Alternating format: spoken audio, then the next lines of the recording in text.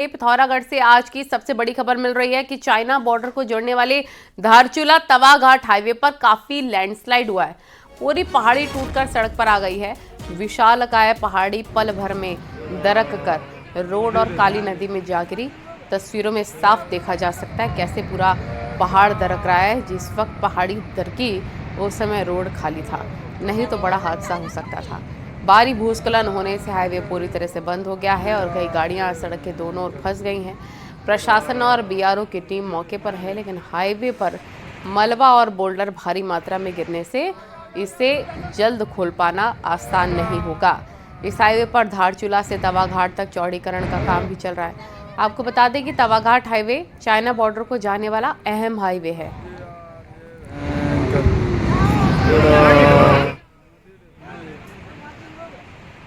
कोई भी जान और माल के नुकसान की खबर नहीं है।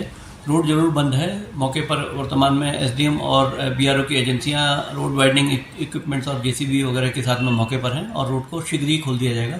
पुनः मैं ये बताना चाहूँगा कि उस क्षेत्र में रोड वाइडनिंग के कार्य चल रहे हैं। इस वजह से जो लैंडस्लाइड की घटना हुई है। कोटद्वार में अतिक्रमण के खिलाफ नगर निगम प्रशासन ने एक बार फिर से कार्रवाई की। गोखले मार्ग पर अतिक्रमण कर फड़, ठेला और सब्जियों की दुकानें लगा रहे लोगों के खिलाफ नगर निगम ने एक्शन लिया। निगम की टीम ने अतिक्रमण करने वालों का सामान जब्त करने की कार्रवाई की। साथ ही मौके पर कई अतिक्रमणकारियों के चालान भी किए गए। गोखले मार्ग पर प्रशासन की टीम लगातार कार्रवाई कर रही है।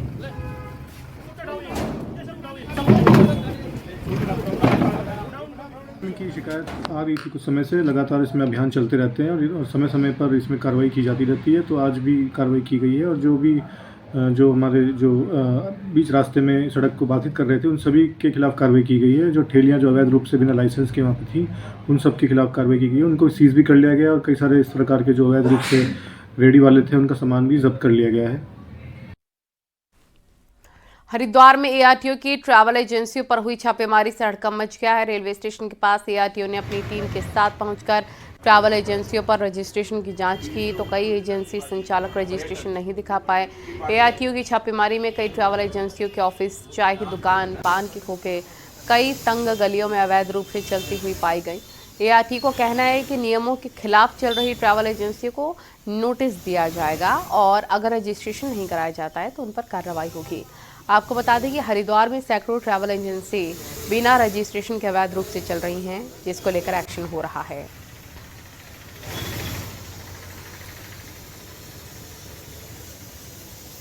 और शिकायतें आती हैं कि अवैध टूर एंड ट्रैवल एजेंट हैं, अधिक पैसे ले लेते हैं या बीच रास्ते में छोड़ देते हैं। तो इनका रजिस्ट्रेशन होने से हमारे पास ये पता हो जाती है कि किसने भेजा और उस पर हम संबंधित धाराओं में कार्रवाई भी करते हैं। अब अनधिकृत जो भी एजेंट हैं उनके खिलाफ सख्त कार्रवाई की जाएगी। विकास नगर में जमीन दिलाने के नाम पर धोखाधड़ी का मामला सामने आया। पुलिस ने 5 लोगों के खिलाफ केस दर्ज कर लिया है। मामले की जांच की जा रही है। दरअसल देहरादून के राजीव आनंद ने पुलिस को तहरीर देते हुए बताया वो हर्बर्टपुर में जमीन खरीदना चाहते थे, जिसके लिए उनकी बात लाखन सिंह नाम के एक शख्स से हुई। फिर लाखन सिंह ने राजीव आनंद की 4 लोगों से मुलाकात करवाई और 65 बीघा जमीन लेने को लेकर बात हुई है। राजीव आनंद का आरोप है कि लाखन सिंह समेत बाकी 4 लोगों को जमीन के कागज दिखाते हुए राजीव आनंद से 8 करोड़ रुपए लिए और बदले में राजीव आनंद के नाम केवल 16 बीघा जमीन करने के बाद आरोपियों ने बाकी की जमीन और पैसा दोनों देने से मना कर दिया। राजीव आनंद का आरोप है कि उसके साथ तकरीबन 3.5 करोड़ रुपए की धोखाधड़ी हुई है। देखिए, इसमें एक व्यक्ति ने करीब 64 बीघा के आसपास की लैंड का एग्रीमेंट किया था दूसरी पार्टी से, जिसमें 8.5 करोड़ की लगभग उसकी बात हुई थी, जिसमें से 15 बीघा का वो रजिस्ट्रेशन, जो अभी हमें एफआईआर हुई है उसके हिसाब से 15 बीघा का उसने रजिस्ट्री करवा दी थी और उसके 5.5 करोड़ रुपए वो उनके पास आ चुके थे। 3.5 करोड़ रुपए की इसमें धोखाधड़ी अभी हुई है। और अब बात मदरसों की, जिन पर सख्त कार्रवाई होने जा रही है। उत्तराखंड में 800 से ज्यादा मदरसे चल रहे हैं, लेकिन रजिस्टर्ड सिर्फ 416 मदरसे ही हैं। बिना रजिस्ट्रेशन वाले 400 के करीब यही मदरसे विवाद की असली वजह बने हैं और जांच के आदेश के बाद हड़कंप भी इन्हीं मदरसों में मचा हुआ है। देखिए रिपोर्ट।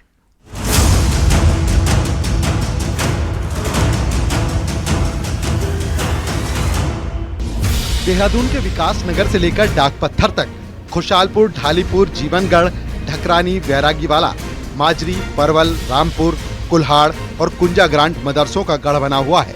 यहाँ मस्जिदों के पिछले हिस्से में कुछ कमरों में मदरसे संचालित हो रहे हैं, तो प्राइवेट बिल्डिंग पर भी संचालित मदरसों की एक लंबी फेहरिस्त है, जो एक एक दो कमरों में संचालित हो रहे हैं। सूत्रों के मुताबिक इनमें से कई मदरसों में बड़ी तादाद में लड़कियां भी पढ़ रही हैं, जो रहती भी इन्हीं मदरसों में हैं। यहाँ किसी महिला को जाने की इजाजत नहीं है। बिना रजिस्ट्रेशन चल रहे इन मदरसों में जम्मू कश्मीर से लेकर बिहार और अन्य राज्यों के बच्चे भी पढ़ रहे हैं और ऐसे मदरसे हरिद्वार, नैनीताल, उधम सिंह नगर में भी बड़े पैमाने पर संचालित हो रहे हैं। ऐसे ही गैर रजिस्टर्ड मदरसों में पिछले दिनों कई बड़ी घटनाएं हो चुकी हैं।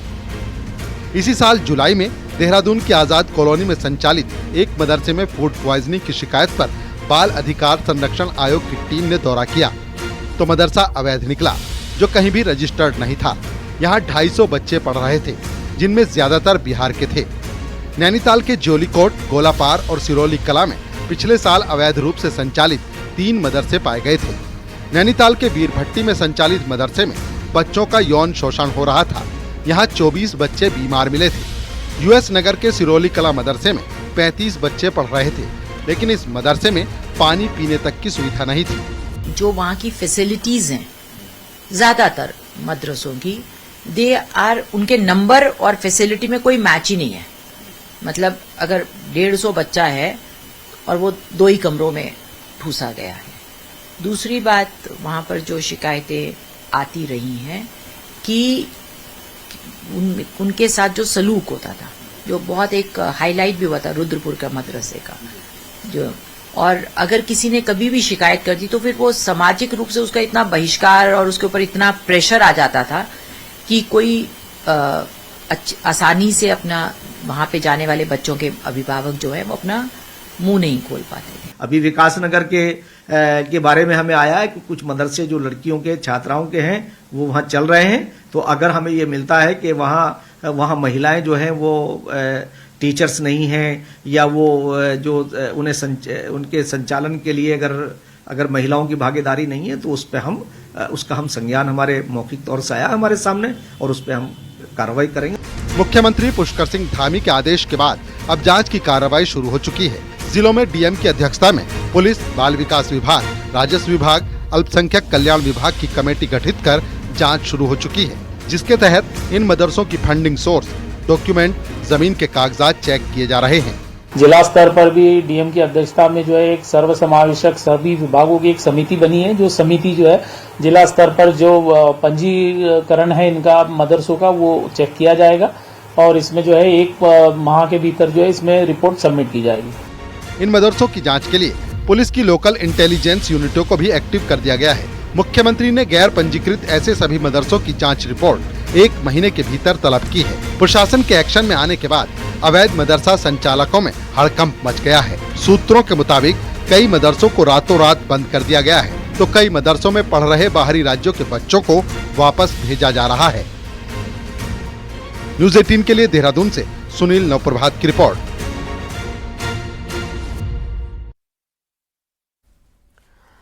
देश में फॉरेस्ट को लेकर अच्छी खबर मिल रही है। विकास की तमाम परियोजनाओं के बाद भी भारत हरियाली को बचाने में कामयाब रहा। देश में फॉरेस्ट एंड ग्रीन कवर के मामले में 1445 वर्ग किलोमीटर की बढ़ोतरी हुई है, जो 2021 की तुलना में 0.17% ज्यादा है।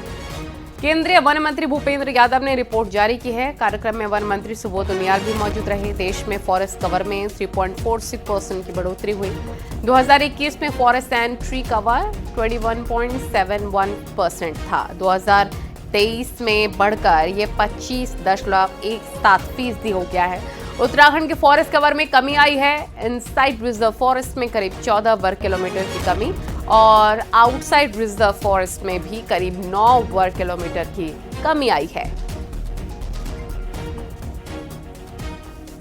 बताया गया है कि टोटल फॉरेस्ट ट्री कवर जो है 2021 के मुकाबले में 1445 स्क्वायर किलोमीटर की वृद्धि हुई है। उसी के साथ साथ जो फॉरेस्ट सर्वे ऑफ इंडिया सर्वे करने के बाद घना फॉरेस्ट, जिसको डेंस फॉरेस्ट कहते हैं, डेंस मॉडरेट फॉरेस्ट में से तो डेंस फॉरेस्ट में वृद्धि हुई है। और हरिद्वार नगर निगम के लिए पार्षद और मेयर प्रत्याशियों के लिए बीजेपी पर्यवेक्षकों ने रायशुमारी की है और इस दौरान 60 वार्ड के लिए पार्षद प्रत्याशियों का भी आवेदन दिया गया। मेयर पद पर कुल 22 लोगों ने आवेदन किया, इसमें से 19 के आवेदन सही पाए गए। आवेदन करने वालों में बीजेपी के पूर्व प्रदेश महामंत्री गजराज सिंह बिष्ट का नाम भी शामिल है। साथ ही कांग्रेस से आए नवीन वर्मा ने भी अपना दावा पेश किया है। हालांकि भाजपा कार्यकर्ताओं ने खुलकर पुराने पार्टी कार्यकर्ताओं को ही चुनाव लड़ाने की बात कही है। बहुत अच्छा माहौल है, कार्यकर्ताओं में अच्छा जोश है और मुझे लगता है कि जिस तरह का यहाँ माहौल है ऐसा पूरी 11 निगमों में होगा और उत्तराखंड में भारतीय जनता पार्टी के सारे निगमों में बड़ी अच्छी जीत होगी। हरिद्वार में भी नगर निगम चुनाव के दावेदारों के चयन करने के लिए बीजेपी रायशुमारी कर रही है और बीजेपी पर्यवेक्षक मीटिंग के जरिए टिकट के दावेदारों के साथ बातचीत करने के लिए नब्ज टटोल रहे हैं। हर वार्ड के लिए 3 नाम का एक पैनल तैयार किया जाएगा, इसमें से एक पार्टी कार्यकर्ता को टिकट देकर चुनाव लड़ाया जाएगा। वहीं हरिद्वार नगर निगम मेयर सीट महिला ओबीसी आरक्षित हो जाने के चलते पार्टी नेताओं को प्रत्याशी का चयन करने में काफी मशक्कत करनी पड़ रही है।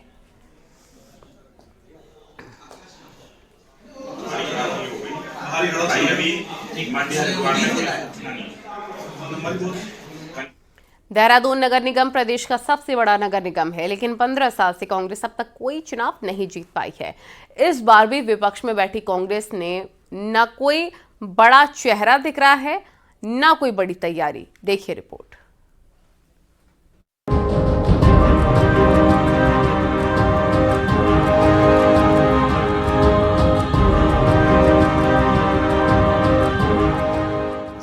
वाला देहरादून नगर निगम आज तक कांग्रेस के हाथ नहीं आया।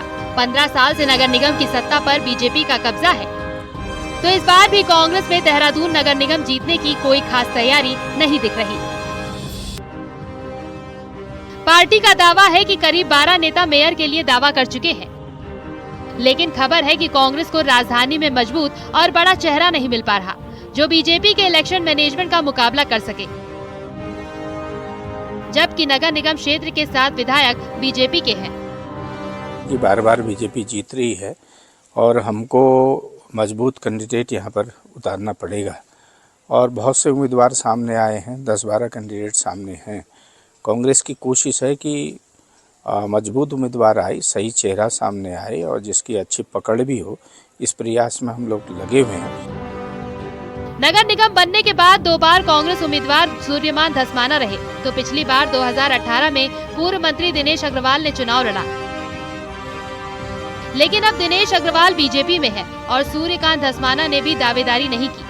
धस्माना के मुताबिक इतिहास चाहे जो रहा हो, इस बार इतिहास बदलेगा, लेकिन सवाल है कि राजधानी में विपक्षी कांग्रेस बिना बड़े चेहरे के जीतेगी कैसे। पार्टी सब में बेस्ट जो जहाँ पर चेहरा होगा उस चेहरे को उतारेगी और पार्टी चुनाव लड़ती है। चेहरा तो प्रतीक होता ही है, लेकिन उसके अलावा पार्टी चुनाव लड़ती है। 100 वार्ड है, पूरा आधा पार्लियामेंट का चुनाव है, इसलिए पार्टी का अपना भूमिका बहुत महत्वपूर्ण होती है। चेहरा भी इसमें महत्वपूर्ण है, चेहरा भी प्लस पार्टी। देहरादून में विधानसभा सीटों से लेकर मेयर की सीट तक कांग्रेस में संकट मजबूत उम्मीदवारों का है। अगर चेहरे बड़े और मजबूत होते तो शहर से बीजेपी के 7 विधायक न जीते होते और मेयर पद के लिए बड़ा चेहरा रोजाना परेशानी न बना होता। देहरादून से न्यूज़ 18 के लिए दीपांकर भट्ट की रिपोर्ट।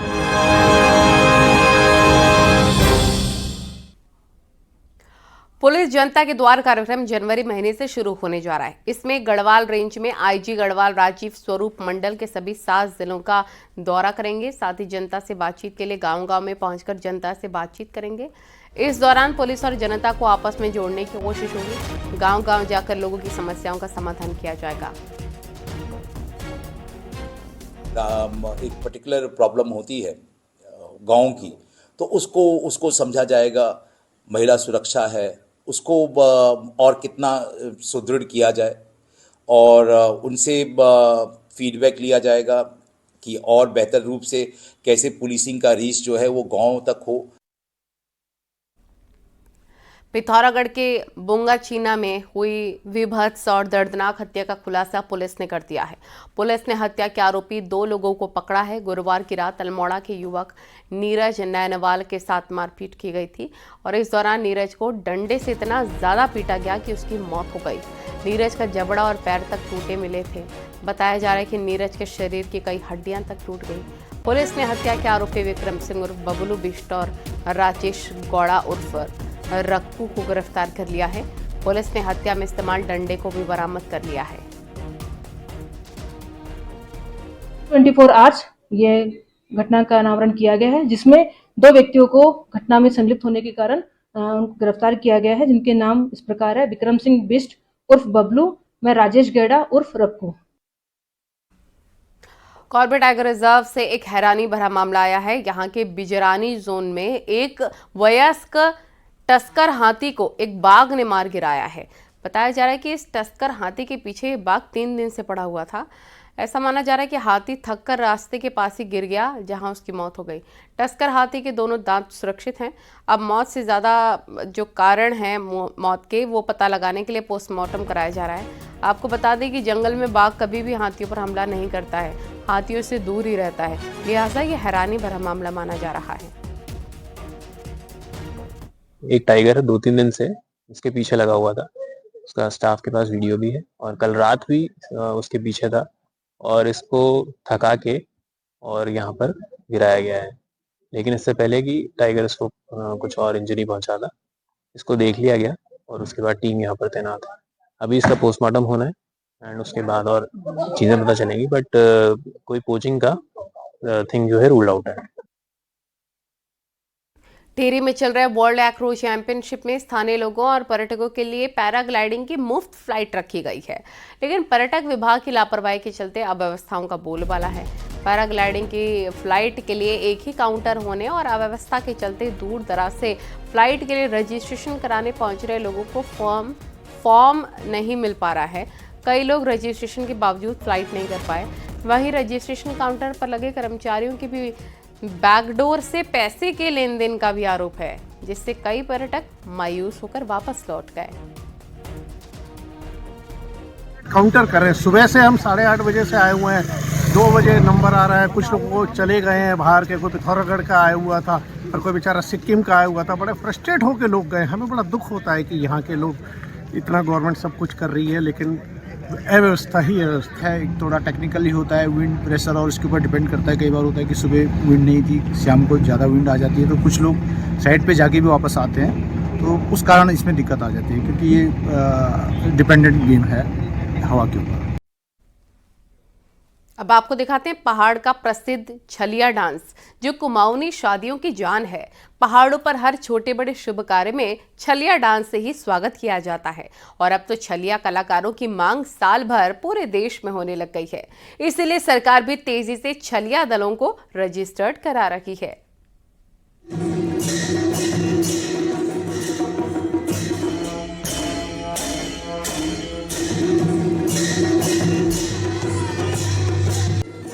ये डांस, ये अंदाज, ये करतब कुछ खास हैं। इनमें कुछ बात है, क्योंकि ये डांस पहाड़ की जान है। हर कुमाऊनी शादी में आपको इसी तरह से नाचते झूमते छलिया दल मिल जाएंगे। छलिया डांस कुमाऊं में जश्न का खास तरीका है और सिर्फ शादी ही नहीं, बल्कि किसी भी बड़े मौके पर, शुभ कार्य पर, यहाँ तक कि राजनीतिक कार्यक्रमों में भी ढोल दमाऊ की थाप पर छलिया कलाकार अपना डांस दिखाते हैं। अब छलिया दलों को देश भर से डिमांड मिल रही है और वक्त के साथ साथ इनका दायरा भी बढ़ रहा है। महानगरों में भी पहाड़ों से ही छलिया दल जा रहे हैं, जो न सिर्फ अपने रोजगार को बढ़ा रहे हैं, बल्कि पहाड़ की संस्कृति को भी जगह जगह पहुंचा रहे हैं। इससे जो है हमारा रोजगार भी बहुत होता है। ये हमारा उत्तराखंड की संस्कृति है। बस इतना ही है। कहाँ से बुलाते हैं? हमें मुंबई, आसाम, देहरादून, गुजरात, मतलब पूरे ऑल इंडिया से बुलाते हैं। जहाँ से उत्तराखंड की संस्कृति के लिए बुलाते हैं हमें, हमारा डांस देखने के लिए। काफ़ी दूर दूर जाते हैं ऐसे, और जैसे देहरादून, दिल्ली, मुंबई, आसाम और लोकल पिथौरागढ़ में, जैसे अल्मोड़ा, हर जगह मतलब हमारी बहुत डिमांड रहती है।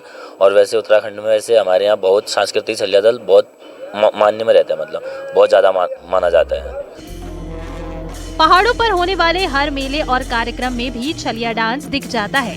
राज्य सरकार का संस्कृति विभाग भी इनको आगे बढ़ाने के लिए लगातार कोशिश कर रहा है। अल्मोड़ा में छलिया दलों का अब दोबारा रजिस्ट्रेशन किया जा रहा है। रजिस्टर्ड छलिया दलों की संख्या भी अब 15 से बढ़कर 31 तक पहुंच गई है। जितने भी हमारे छोलिया दल हैं उनको पंजीकृत करने के लिए प्रयास किया गया है। यद्यपि हमारा ये प्रयास पिछले सत्र से था। हमने विज्ञप्ति जारी की थी कुमाऊं भर में जितने भी छोलिया दल हैं उनको पंजीकृत कर लिया जाए और उनको समय समय पर जो भी संस्कृति विभाग के माध्यम से देश दुनिया में जहाँ पर भी उनके कार्यक्रम होते हैं वहाँ पर हमारे यहाँ क्षेत्र के प्रचार प्रसार के लिए तो इन दलों का पंजीकृत किया गया है। पहाड़ों से कई लोग पलायन कर चुके हैं, लेकिन ये छलिया कलाकार और इनके साथ ढोल दमाऊ की थाप देने वाले कलाकार इसे ही अपना रोजगार मान रहे हैं और आगे भी बढ़ा रहे हैं। आज देश दुनिया में छलिया डांस नाम कमा रहा है और इसके पीछे इन्हीं कलाकारों की मेहनत है। अल्मोड़ा से न्यूज़ 18 के लिए किशन जोशी की रिपोर्ट।